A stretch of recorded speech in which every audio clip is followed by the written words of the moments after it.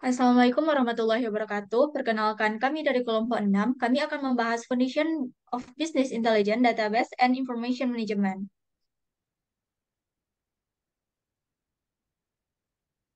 Dengan anggota, saya sendiri Firliana Adilah, Zaidatul Husni, Abdullah Hashim, Lukloil Maknum, Zahra Mawadah Asri, dan Jessica. Pengertian database and information management sendiri yaitu perangkat lunak yang memungkinkan organisasi memusatkan datanya, mengelolanya secara efisien, dan menyediakan akses ke data yang disimpan oleh program aplikasi. Untuk materi selanjutnya akan dilanjutkan oleh Abdullah Hashim. Kemudian ada tujuan utama manajemen data. Tujuan utama manajemen data ini adalah suatu manajemen data diperlukan bagi ketepatan waktu, keakuratan suatu data dalam sistem informasi. Sehingga dengan ini kita perlu menjaga kualitas data karena dengan kualitas data yang bagus akan berpengaruh kepada yang pertama, meningkatkan kepercayaan diri dalam pengambilan keputusan. Yang kedua, memperbaiki pelayanan kepada customer. Ketiga, meningkatkan kesempatan memperbaiki kinerja. Keempat, mengurangi risiko dari keputusan yang berbahaya. Yang kelima, mengurangi biaya terutama untuk pemasaran. Yang keenam, mengembangkan strategi untuk pembuatan keputusan. Yang ketujuh, meningkatkan produktivitas dengan memangkas beberapa proses. Kemudian yang kedelapan, menghindari efek komplikasi dari data yang terkontaminasi.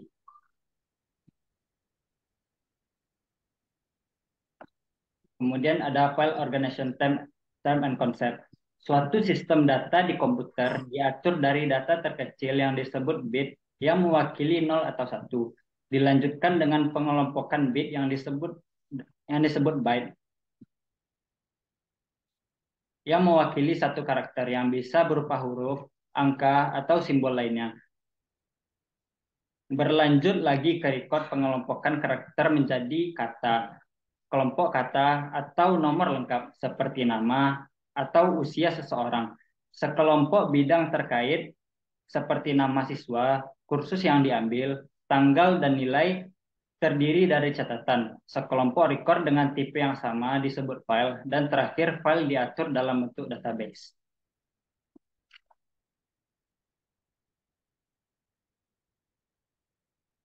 Saya kembalikan kepada moderator.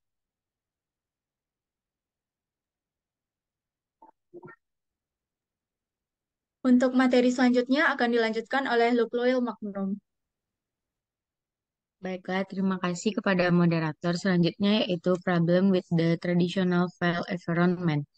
Yang pertama yaitu redundansi atau data yang sama disimpan dua kali. Hal ini dapat mengakibatkan inkonsistensi data. Sebagai contoh, DEPA memperbarui tanggal di data yang satu, tetapi data ini tidak terhubung dengan data yang sama di tempat yang lain, sehingga terjadi ketidakcocokan antara data. Yang kedua yaitu ketergantungan program data.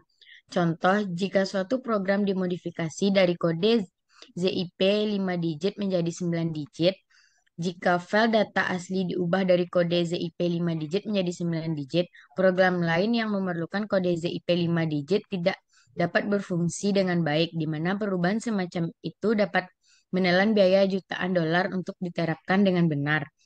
Yang ketiga yaitu ketidakfleksibalan, karena dalam penggunaan membutuhkan biaya yang besar. Yang keempat yaitu keamanan data yang buruk, karena hanya ada sedikit kendali atau pengelolaan data.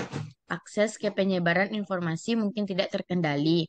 Yang kelima yaitu ketidakmampuan untuk berbagi data antar aplikasi. Hal ini terjadi karena setiap data yang ada memiliki tempat penyimpanan ruang yang berbeda. Selanjutnya yaitu cara DBMS memecahkan masalah of the traditional file environment. Yang pertama yaitu DBMS dapat membantu organisasi memastikan bahwa setiap kejadian redundansi data memiliki nilai yang sama, memisahkan program dan data, memungkinkan data berdiri sendiri, deskripsi data yang digunakan oleh program tidak harus ditentukan secara detail setiap kali program yang berbeda ditulis. Yang kedua yaitu akses dan ketersediaan informasi akan meningkat. Dan yang ketiga yaitu biaya pengembangan dan pemeliharaan program berkurang karena penggunaan dan program dapat melakukan query ad hoc dari database untuk banyak aplikasi sederhana tanpa harus menulis program yang rumit. Yang keempat yaitu DBMS memungkinkan organisasi untuk mengelola data, penggunaan, dan keamanan secara terpusat.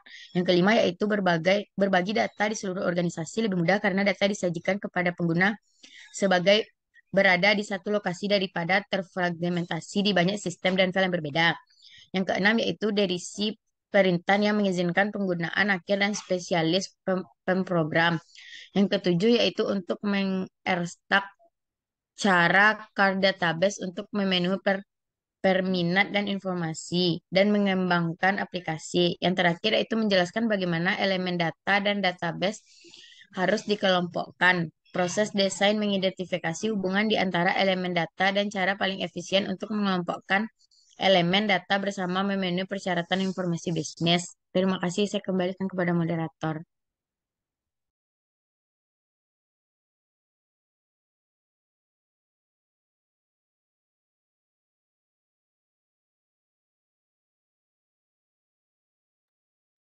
Materi selanjutnya akan dilanjutkan oleh Zaidatul Husni.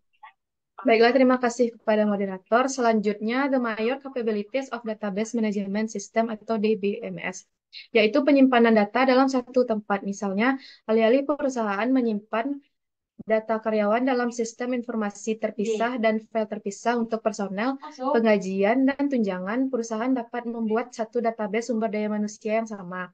Selanjutnya, kemampuan lain dari DBMS.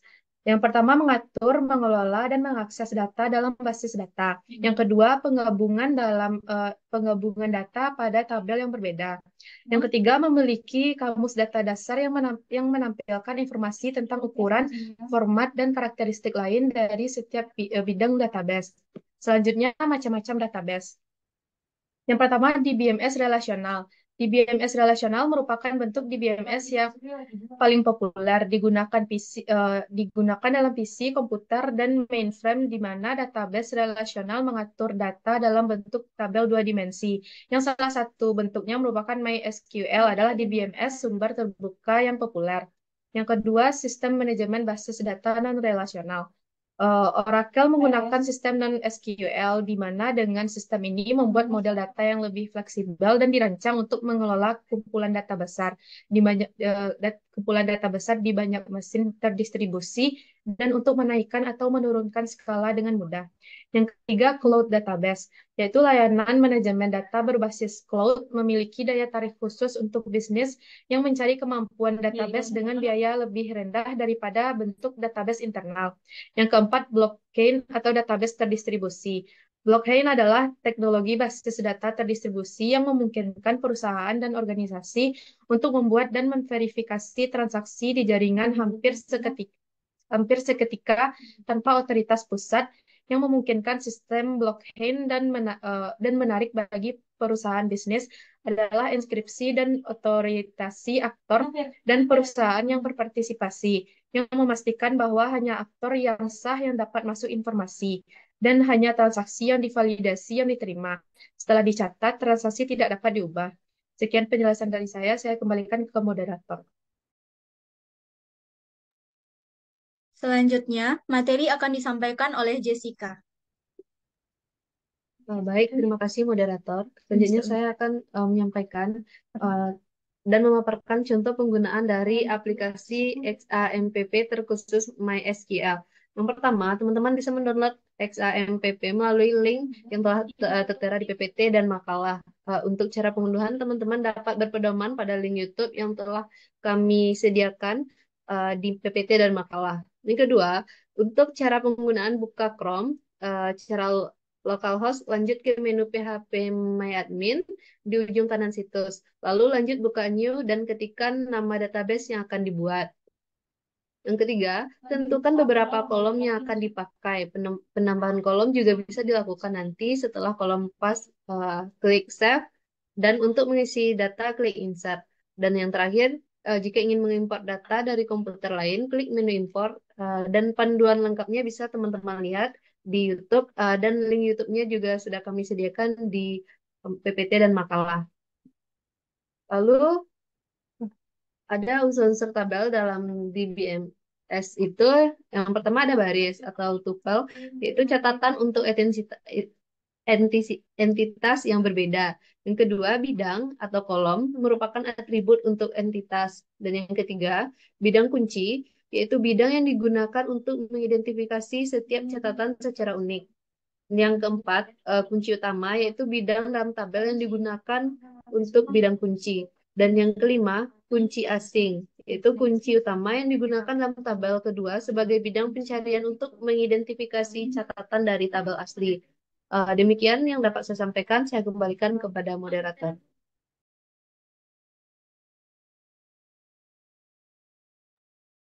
Untuk materi selanjutnya akan disampaikan oleh Zahra Mawadah Asri. Baik, terima kasih moderator. Saya akan melanjutkan materi selanjutnya yaitu alat utama dan teknologi untuk mengakses informasi dari database untuk meningkatkan bisnis kerja dan pengambilan keputusan. Database dapat melacak transaksi dasar seperti membayar masuk, memproses pesanan, melacak pelanggan, dan membayar karyawan. Database ini membantu memberikan informasi yang akan membantu perusahaan menjalankan bisnis secara lebih efisien dan membantu manajer serta karyawan untuk membuat keputusan yang lebih baik. Penggunaan database pun tergantung dengan keperluan. Dapat mencakup gudang data atau alat tradisional database yang menyimpan data terkini dan histori yang berpotensi menarik bagi pengambil keputusan di seluruh perusahaan, dan data mart atau bagian dari gudang data, Hadoop atau alat yang mengelola data besar, komputasi dalam memori, serta platform analitik atau vendor database komersial telah mengembangkan kecepatan tinggi khusus platform analitik yang menggunakan teknologi relasional dan non-relasional yang dioptimalkan untuk menganalisis kumpulan data besar. Next slide. Oke, lanjut alat dalam analisis hubungan, pola, tren setelah data. Ada 3, yaitu dengan menggunakan pemrosesan analitik online atau OLAP. Terus yang kedua itu ada data mining. Yang ketiga itu penambangan teks dan penambangan web. Yang pertama itu dengan menggunakan pemrosesan analitik online, yaitu mendukung analisis data multimediasi, memungkinkan pengguna untuk melihat data yang sama dengan cara yang berbeda, menggunakan beberapa dimensi. Selanjutnya ada data mining. Penambangan data lebih didorong oleh penemuan. Penambangan data memberikan wawasan ke dalam data perusahaan yang tidak dapat diperoleh dengan OLAP. Yang ketiga itu ada penambangan teks dan penambangan web. Data dalam bentuk file diyakini mencakup lebih dari 80% informasi organisasi yang berguna dan merupakan salah satu sumber utama data besar yang ingin dianalisis oleh perusahaan, yaitu mencakup email, memo, transkrip, pusat panggilan, respon survei, kasus hukum, deskripsi paten, dan laporan layanan layanan. Semua berharga untuk menemukan pola dan tren yang akan membantu karyawan membuat keputusan bisnis yang lebih baik. Sehingga diperlukan text mining, alat yang sekarang tersedia untuk membantu bisnis menganalisis data ini. Penemuan dan analisis pola serta informasi yang berguna dari World Wide Web disebut data mining. Bisnis mungkin beralih ke penambangan web untuk membantu mereka memahami perilaku pelanggan, mengevaluasi keefektifan situs web tertentu, atau mengukur keberhasilan kampanye pemasaran. Sekian dikembalikan ke moderator. Jadi, kesimpulannya, penting bagi setiap perusahaan dalam mengelola datanya. Pengelolaannya pun harus sesuai dengan kebutuhan perusahaan agar menghasilkan hasil maksimal. Sekian dari kelompok 6. Assalamualaikum warahmatullahi wabarakatuh.